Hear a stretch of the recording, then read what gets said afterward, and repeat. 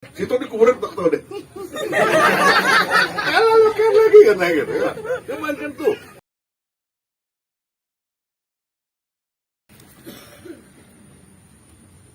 Aku kan punya kasus juga begitu.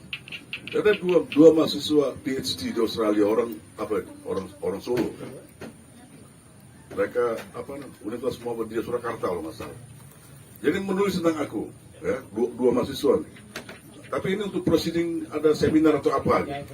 Nah, jadi diterbitkan kan. Jadi editornya ada dua profesor, nggak penting namanya karena goblok juga gitu ya. Nah, jadi dulunya itu saus temorang, isinya sitor temorang. Coba.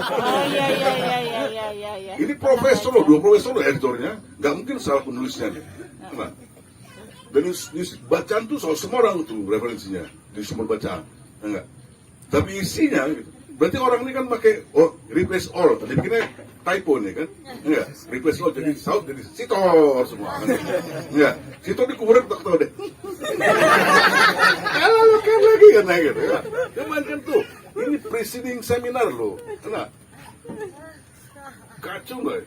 Minimum dia kan ngecek dulu ke penulis, ini siapa ini? Saya nggak tahu si saut ini, siapa ini gitu. Ya, aduan KPK tuh nggak bisa kayak gitu kan, bisa aja kan, tapi ya. Menurut aku pasti begitu tuh, karena nggak mungkin dua penulis ini salah. Karena salah satu tuh menulis lagi ada essay, ya benar semua apa isinya.